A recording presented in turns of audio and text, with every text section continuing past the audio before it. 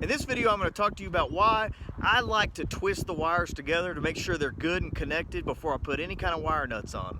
That's what you're going to see in this video. Kelly Sachs here, American Irrigator, trying to make you a better irrigator. Don't forget to subscribe, that way you don't miss any tips. Now I came to this job over here and they told me that the sprinkler controller wasn't working, the sprinkler system wasn't coming on. So I went through our typical troubleshooting type process. Came to the controller, dial was messed up, thing was acting kind of crazy. Ended up getting the power off, resetting it, getting it all back together, and ran through everything came on fine. And I asked him, I said, well, how long has the controller been there? Been changed about a year.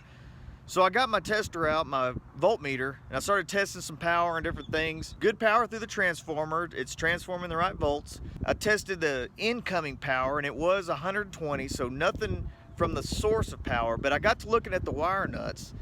The wires were not connected right. The wires were very loose in the wire nuts. And that's why I always like to twist the wires together. A lot of electricians don't like you to do that, and you do have to be careful doing it. But let me show you what I'm talking about. So I've got my incoming power right here. This is directly wired in to a power source.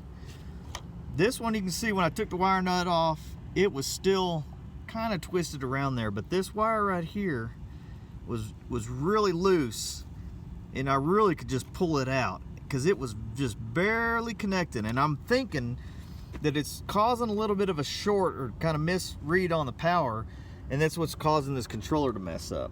So I'm going to show you what I like to do. So the first thing I'm going to do is I'm going to strip back a little bit more of the insulation. That way I've got a longer piece of wire that I can twist around this main power wire here. I'm going to make sure I twist that wire around 2 or 3 times. It's good and connected. It's not going to lose connection or anything like that. And then I'm going to put my wire nut on. So you can cut back a little bit more wire and make sure those wires are kind of twisted on there and have good connection. Now, you don't want to get real crazy. I understand what electricians are talking about. If you twist them too much, it has a tendency to those wires to kind of twist and kink and break. You've got to be careful when you do it. But if you twist them together, don't just stick them in there like this, and hope the wire nut is the one that twists it together. Go ahead and give them a twist, put them together, then the wire nut.